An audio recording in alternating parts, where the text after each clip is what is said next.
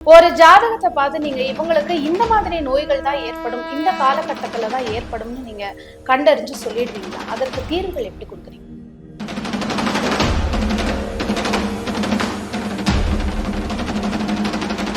குரு பெயர்ச்சி வேற நடந்திருக்கு. இப்ப குரு பெயர்ச்சி நடந்திருக்கு. இது தீர்க்க முடியாத நோய்க்குள்ள மாட்டிருப்பாங்க. ஏன்னா இப்போ இதுக்கு ஜாதகத்துக்கு என்ன சம்பந்தம் நிறைய பேர் கேட்டா அது இப்போ சயின்டிபிக்கலாவே ப்ரூவ் ஆயிருக்கு. புரியுதுங்களா? 5வது படிக்கிற பையனுக்கு சுகர் வருது.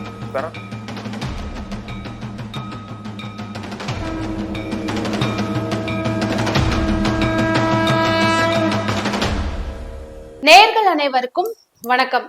ஜாதக ரீதியா நமக்கு ஏற்படக்கூடிய நோய்கள் என்ன, எந்த காலகட்டத்தில் அது ஏற்படும், அதற்கான தீர்வுகள் என்ன, எப்ப கிடைக்கும்னு சொல்லி நம்மளுடைய கேள்விகளுக்கு விளக்கம் கொடுக்க வந்திருக்காரு மருத்துவ ஜோதிடர், பிரசன்ன ஜோதிடர், வாஸ்து நிபுணர், பினான்சியல் அஸ்ட்ராலஜர் திரு அசோக் கந்தசாமி அவர்கள். சார் வணக்கம். வணக்கம் மேடம். ஒரு பன்முகத்துறையில நீங்க கலக்கிட்டு இருக்கீங்க. வாஸ்து, மருத்துவ ஜோதிடம், பினான்சியல் அஸ்ட்ராலஜின்னு. முதல்ல இன்னைக்கு மருத்துவ ஜோதிடத்துல இருந்து நம்ம போயிடலாம். ஒரு ஜாதகத்தை பார்த்து நீங்க இவங்களுக்கு இந்த மாதிரி நோய்கள் தான் ஏற்படும், இந்த காலகட்டத்துலதான் ஏற்படும்னு நீங்க கண்டறிஞ்சு சொல்லிடுவீங்களா? அதற்கு தீர்வுகள் எப்படி கொடுக்குறீங்க? ஸோ இப்போ மெடிக்கல் அஸ்ட்ராலஜி அப்படிங்கிறது ரொம்ப இப்போ எப்படி 50% ஃபினான்ஷியல் சார்ந்த ப்ராப்ளம்ல நிறைய பேர் ஓடுறாங்களோ, மெடிக்கல் சார்ந்த விஷயங்கள் நிறைய பேர் அதை சார்ந்தே போறாங்க. ஸோ அது சம்மந்தமா பார்த்தீங்கன்னா நம்ம பல வருஷங்கள் நம்ம அதை ஆராய்ச்சி பண்ணியிருக்கோம். அதில் எந்த மாதிரி இருக்கு, எப்படி இவங்களுக்கு வருது, இவங்களுக்கு என்னன்னா ஒரு ஜாதகத்தை பார்த்தோன்னே நம்ம சொல்லல, இவங்க லைஃப் லாங் டேப்லெட் எடுத்துட்டு இருப்பாங்க. தீர்க்க முடியாத நோய்க்குள்ள மாட்டிருப்பாங்க. ஏன்னா இப்போ இதுக்கு ஜாதகத்துக்கு என்ன சம்பந்தம் நிறைய பேர் கேட்டா அது இப்போ சயின்டிபிக்கலாவே ப்ரூவ் ஆயிருக்கு. புரியுதுங்களா? 5வது படிக்கிற பையனுக்கு சுகர் வருது. பிறந்த குழந்தைக்கு சுகரோட இருக்கு. அது நீ வாழ காலம் ஃபுல்லாமே சுகரோட தான் வாழணும்னு இருக்கு.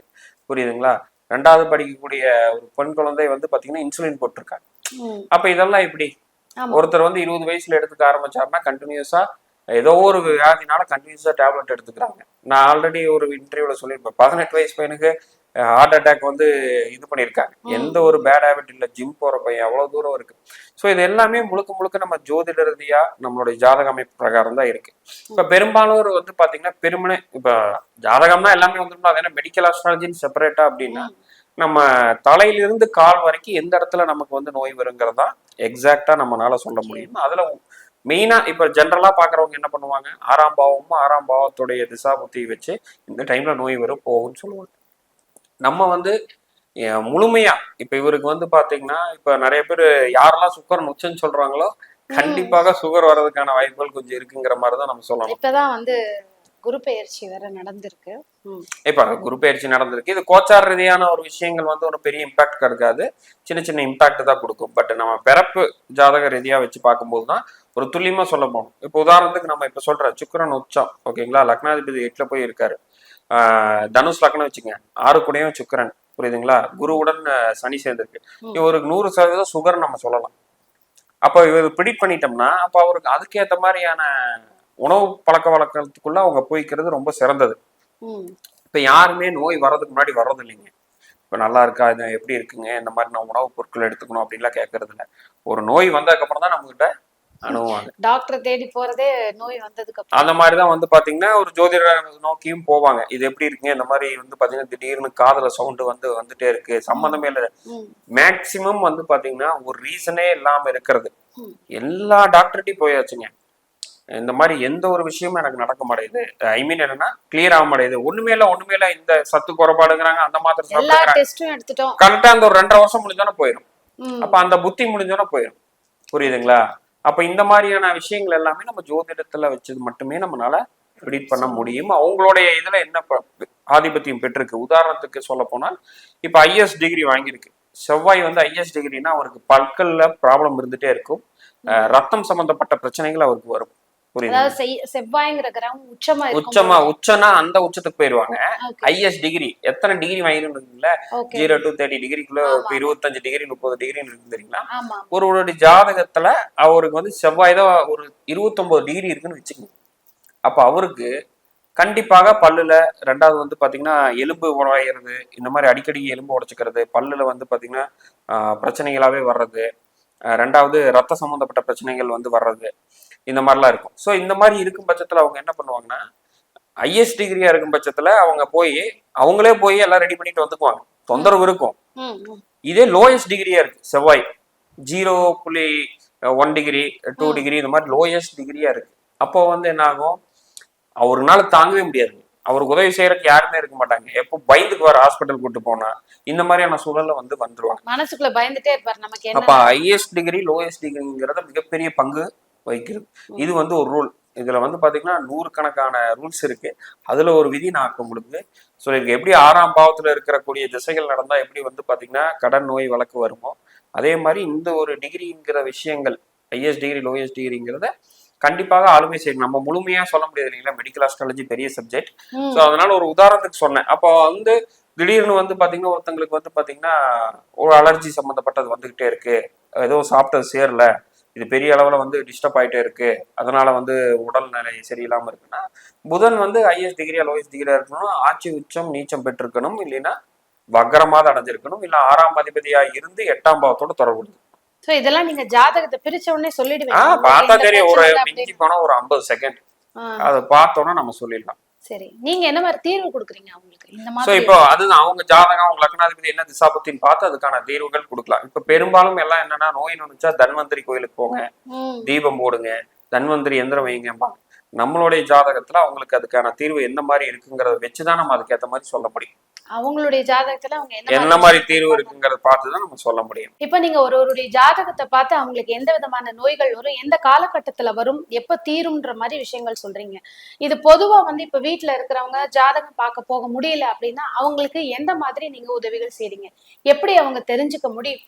மேடம் இப்போ பெரும்பாலும் வந்து பாத்தீங்கன்னா எல்லாம் ஓரளவுக்கு நாலேஜபிளா தான் இருக்காங்க. அவங்க வந்து என்ன நடக்குது, என்ன திசாபுத்தி நடக்குது, இங்கிருந்து நடக்குது, நம்மள கூப்பிட்டாங்கன்னா பாதி ஜோசி அவங்களே சொல்லிடுறாங்க. இன்னொரு சிலர்லாம் சொல்லிட்டு சார் எனக்கு இப்படிலாம் நடக்குது, நல்லா இருக்கா இல்லையா, நல்லா இருக்கு, ஓகே சார்னு வச்சுட்டு போயிடுறாங்க. அந்த மாதிரிலாம் இருக்காங்க. பட் நம்ம வந்து என்ன பண்றோம்னா இது ஒரு சாஃப்ட்வேராவே பண்ணிருக்கோம். சாஃப்ட்வேரா உருவாக்கி இருக்கீங்க. மெடிக்கல் ஆஸ்ட்ராலஜிக்கு நம்ம பண்ணிருக்கோம். ஆல்ரெடி வந்து ஃபினான்ஷியல் அதெல்லாம் உங்களுக்கு தெரியும், திருக்கணிதம் இந்த மாதிரி நிறைய ஃபினான்ஷியல் நீங்க தனியா பண்ணிருக்கீங்க. சாஃப்ட்வேர் அது பெரிய லெவல்ல இருக்கு, அது நேர்கள் நிறைய பேர் வாங்கி பயனடைஞ்சிட்டு வராங்க. இப்ப மெடிக்கலுக்கும் தனியா நீங்க சாஃப்ட்வேர் பண்ணி? ஆமாங்க, மெடிக்கல் ஆஸ்ட்ராலஜிக்கு நம்ம பண்ணிருக்கோம். அது இன்றைய நாள் இன்னைக்கு வந்து ரிலீஸ் பண்றோம். ஆக்சுவலா நம்ம தை மாசம் பண்ணலாம்னு நினைச்சது, ஒரு சில எரர் வந்து வர்றதுனால கொஞ்சம் டைம் எடுத்துக்கிறதுனால நம்ம கொஞ்சம் தள்ளி வந்துருச்சு அதை வேலைகளை முடிக்கிறதுக்கு. ஸோ அதை பற்றி டீட்டெயிலாகவே சொல்கிறேன். ஏன்னா இப்போ ஒரு இதை போட்டால் உங்களுக்கு எப்போ வந்து பார்த்தீங்கன்னா நோய் வரும், எப்போ போகும், எந்த மாதிரி இடத்துல வரும், இப்போ அவங்களுக்கு தைராய்டு வருமா, இப்போ வந்து பார்த்தீங்கன்னா முதுகு சம்மந்தப்பட்ட வலி வருமா, இல்லை காலில் வருமா, இல்லை வயிற்றில் வருமா, இப்போ யூட்ரஸ் சம்மந்தப்பட்டதா, இல்லை வந்து பார்த்தீங்கன்னா அலர்ஜி சம்மந்தப்பட்டதா, கண்ணில் வருமா, பல்லில் வருமா, மூக்கில் வருமாங்கிற மாதிரி இன்ச் பையா அதை நம்ம வந்து போட்டு அவங்களுக்கு வந்து நம்ம வச்சிருக்கோம். அதை நான் இது எப்படி தங்களுடைய ஜாதகத்தை அந்த software date of birth time of birth போட்டா போதும், ஜாதகம் கூட வேண்டாம். ஆமாங்க. இது கூடயே பரிகாரம் வந்துடும் சேர்ந்து. இந்த மெடிக்கல் ஆஸ்ட்ராலஜி கூடயே வந்து பாத்தீங்கன்னா பரிகாரம் வந்துடும், முகூர்த்தம் வந்துடும். ஒருவர் இந்த அன்னைக்கு செய்யலாமா வேண்டாமாங்கிறது எல்லாமே அதுலயும் வந்துடும். நான் அதை பின்வரும் இப்போ காட்டுறவங்களுக்கு ரொம்ப அருமையான ஒரு சாஃப்ட்வேரா இருக்கு. கேட்கும் போதே வந்து ஜாதகம் இல்லாதவங்க கூட வெறும் அவங்களுடைய பிறந்த நேரம் தேதி கிழமை வச்சு அவங்க வந்து இன்புட் பண்ணும்போது அவங்களுக்கான எல்லா விஷயமும் தெரிஞ்சிருது.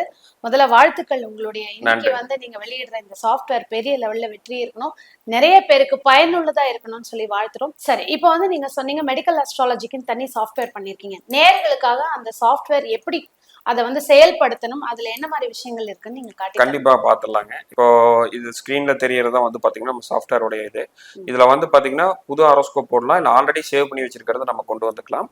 அதுக்கப்புறம் பிரசனம், புதுசா ஒரு பிரசனம் போடுறதும் பழைய பிரசனத்தையும் நம்ம செக் பண்றதும், பிரசனம் இது இன்க்ளூடாவே வந்துடும். பிரசன்ன ஜோதிடமும் இதுலயே வந்துருங்க. இப்ப நேம் வந்து நம்ம ஒரு டெமோன்னு சொல்லி ஒண்ணு போடுறேன். ஸோ இன்னைக்கு ஒரு டைம், டேட் ஆஃப் பர்த் அந்த இதெல்லாம் இருக்கு, ஒரு மொபைல் நம்பர்.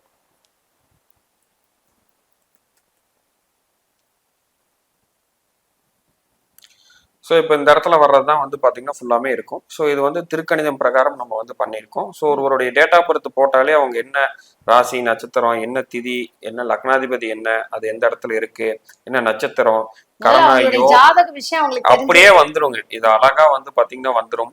சோ அதுக்கப்புறம் டீடைல்ஸ் இங்க கொடுத்தோம்னா எந்தெந்த கிரகம் எந்தெந்த நட்சத்திரத்துல இருக்கு, அந்த நட்சத்திர அதிபதி யாரு, எந்த பாவத்துல இருக்கு, அதோடைய பார்வை என்ன, உச்சமா நீச்சமா, வக்கரம் இருந்தா வக்கர கிரகங்கள், இது எல்லாமே வந்து பாத்தீங்கன்னா எல்லாமே வந்துருங்க. முதல்ல எடுத்தோன்னே பாத்திரலாம். சோ இப்ப இந்த ஜாதகம் இருக்குங்களா, இங்க பார்த்தோன்னே அழகா பலன் சொல்லலாம். அது பாவம் அடிப்படையாவும் நம்ம பிரிஞ்சிருக்கு. லக்கண அடிப்படையில வந்து பாத்தீங்கன்னா திருக்கணிதம் பிரகாரம் கோச்சாரம் பிளஸ் பிறப்பு ஜாதகம் சேர்ந்த மாதிரி அழகா வந்திருக்கு. இன்னும் திசை இப்ப நடந்துட்டு இருக்கு, புத்தி நடக்குது, அந்தரம் சூட்சமா எல்லாமே வந்து பாத்தீங்கன்னா வந்துடும். ஸோ இந்த டீடைல்ஸ்ல வந்து ஸோ நான் முன்னாடியே சொன்ன மாதிரி உச்சம் நீச்சம் நான் எந்த இதெல்லாம் உச்சம் இருக்கோ அப்ப இப்ப இவருக்கு சூரிய இது நடக்குதா, செவ்வாய் நடக்குதா, புதன், குரு, சுக்கிரன், சனி இது சார்ந்து நடக்கும்போது திசைகள் எல்லாமே அவருக்கு உடல்ல தொந்தரவுகள் இருக்கும். ஸோ இதுலதான் வந்து பாத்தீங்கன்னா இப்ப பிளானட்ஸ்னு ஒண்ணு கொடுத்துருக்கோம்.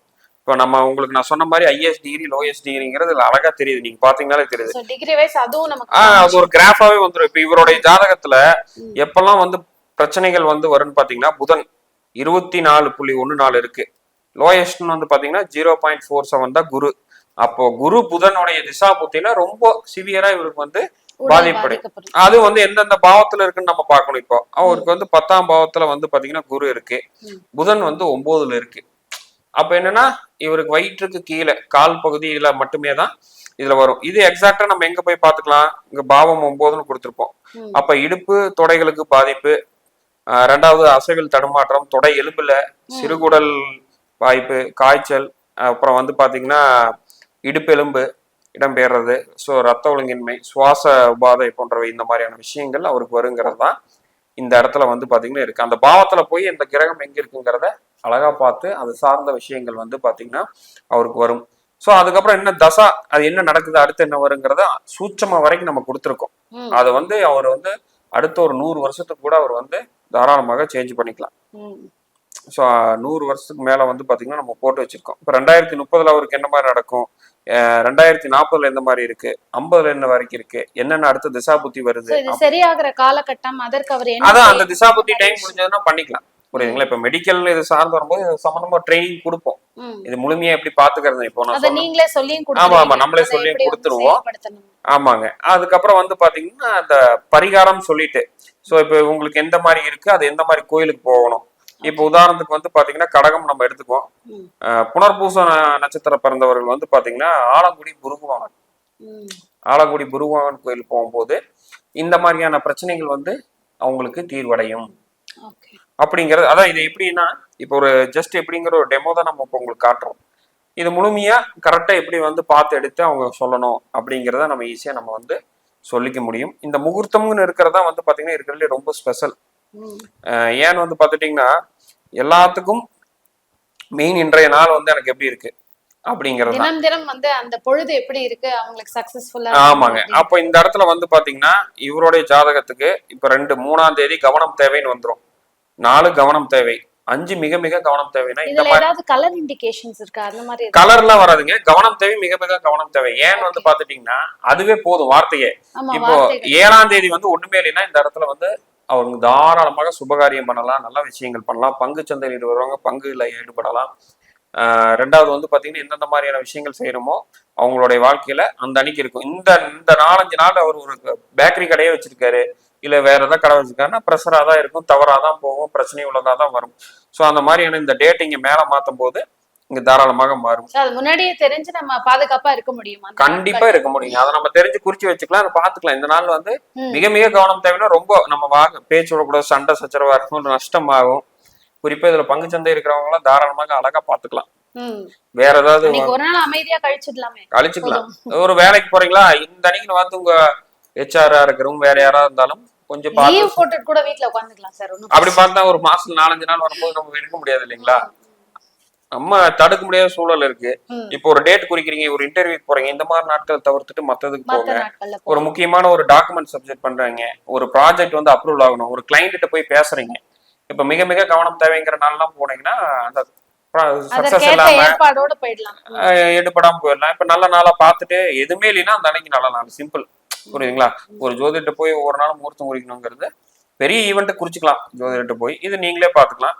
ரெண்டாவது மெயினா இந்த இடத்துல வந்து சந்திர நாடின்னு ஒண்ணு கொடுத்துருக்கோம். சந்திர நாடி இது வந்து பாத்தீங்கன்னா ஒருவருடைய வாழ்க்கையில வந்து பாத்தீங்கன்னா இன்னைக்கு எந்த மாதிரியான விஷயங்கள் வந்து நடக்க போகுது அப்படிங்கிறது தான் மெயினா. இது ஒரு ஜோதிடர்களுக்கு இது ரொம்ப பயனுள்ளதா இருக்கும். மேல சந்திரன் வந்து என்னன்னா இவருடைய பிறப்பு ஜாதத்துல சனி செவ்வாயோட சேர்ந்திருக்கு.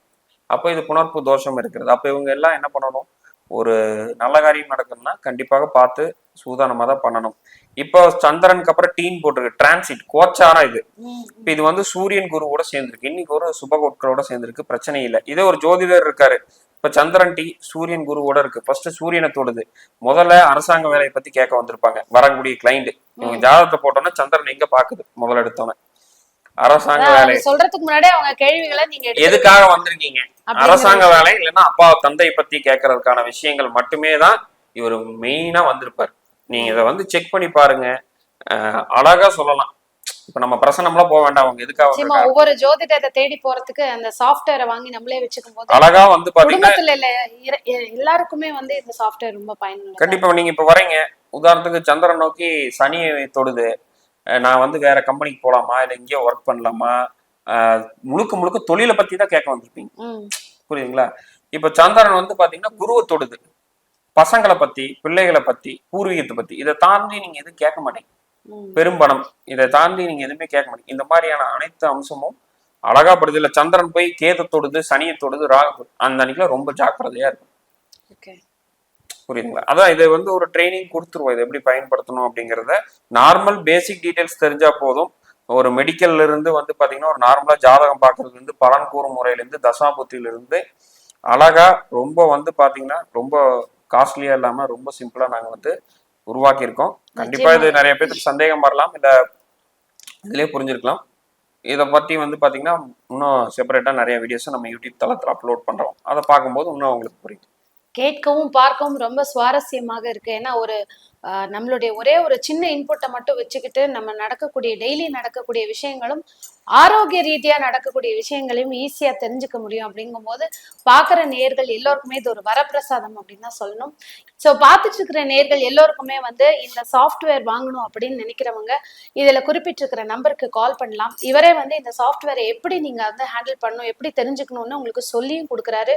ஒரு குடும்பத்துல தனித்தனியா போய் ஒரு அஸ்ட்ராலஜரை ஒவ்வொரு காலகட்டத்திலையும் பார்க்காம இதை நீங்க வாங்கி வச்சுக்கிட்டீங்கன்னா ஒரே டயத்துல எப்பவுமே பார்க்க முடியும். ஏன்னா ஒரு மனிதனுடைய ஆயுளுங்கிறது 120 வருடம். இந்த காலகட்டத்துல 70-80 வயதை நம்ம தாண்டது வந்து ஆரோக்கிய ரீதியா ரொம்ப கஷ்டமா இருக்கிற சூழ்நிலையில இது ரொம்ப பயனுள்ள ஒரு சாஃப்ட்வேர் அப்படின்னு தான் சொல்லணும். ஸோ எல்லாருமே வந்து இதை வாங்கி பயனடையணும் அப்படிங்கறத எங்களுடைய எண்ணமும். சார் வாழ்த்துக்கள். அடுத்த ஒரு பதிவுல சந்திக்கலாம். நன்றி.